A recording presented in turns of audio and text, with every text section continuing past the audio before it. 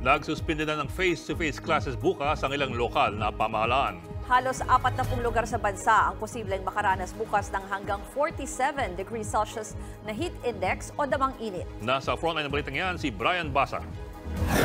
38 lugar sa bansa ang posibleng makaranas ng mapanganib na heat index o damang init bukas. Sa forecast ng PAGASA, papalo ng 47 degrees Celsius ang heat index sa Sangley Point, Cavite.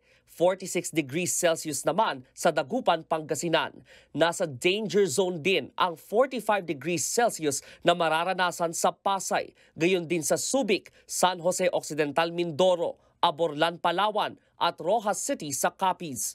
44 degrees Celsius naman ang heat index sa Tuguegarao City sa Cagayan, pati na sa Nueva Ecija, Tanawan, Batangas, Puerto Princesa City, Palawan, Legazpi City, Albay at Virac, Catanduanes. Dahil dyan, nag-anunsyo na ang ilang lokal na pamahalaan at mga paaralan ng suspensyon ng face-to-face classes. Walang pasok bukas sa lahat ng antas sa public at private schools sa Cavite City, Angeles City, Pampanga at sa Puerto Princesa City, Palawan. Hanggang Biyernes naman walang face-to-face classes sa Maynila, Las Piñas, Parañaque at Malabon. Gayon din sa Binyan at Santa Rosa City sa Laguna. Wala ring pasok hanggang Biyernes sa mga eskwelahan sa iba pang bayan sa Cavite, kabilang ang Imus, General Trias, Noveleta at Kawit.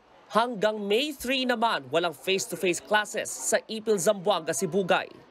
Kasabay na matinding init ang kakulangan ng sapat na supply ng kuryente sa bansa.